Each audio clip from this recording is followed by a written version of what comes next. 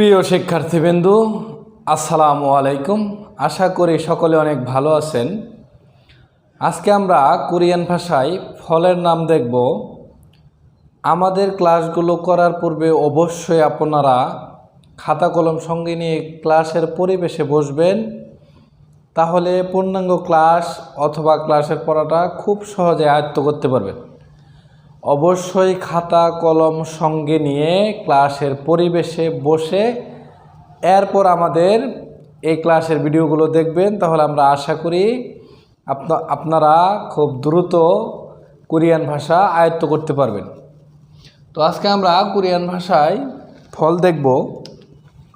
দেখেন,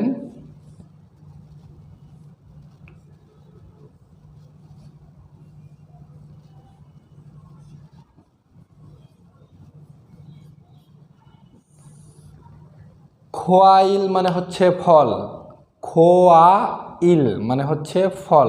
দেখেন, আমরা এখানে কিছু কমন ফলের নাম নিছি।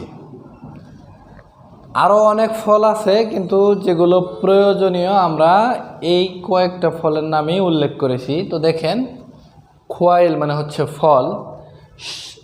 সাগোয়া, সাগোয়া মানে হচ্ছে আপেল, সাগোয়া আপেল। ফে নাশপাতি, ফে নাশপাতি। তালগি স্ট্রবেরি, তালগি স্ট্রবেরি। ফোদো আঙুর, ফোদো আঙুর। খিউল মানে কমলা লেবু। সুবাক তরমুজ, সুবাক তরমুজ। আমি আরও একবার বলে দিচ্ছি, আপনারা অবশ্যই বাসায় ট্রাই করবেন, বিশেষ করে উচ্চারণগুলো সঠিকভাবে পরে মুখস্থ করবেন। সাগোয়া আপেল, সাগোয়া আপেল। ফে নাশপাতি, ফে নাশপাতি। তালগি স্ট্রবেরি, তালগি স্ট্রবেরি।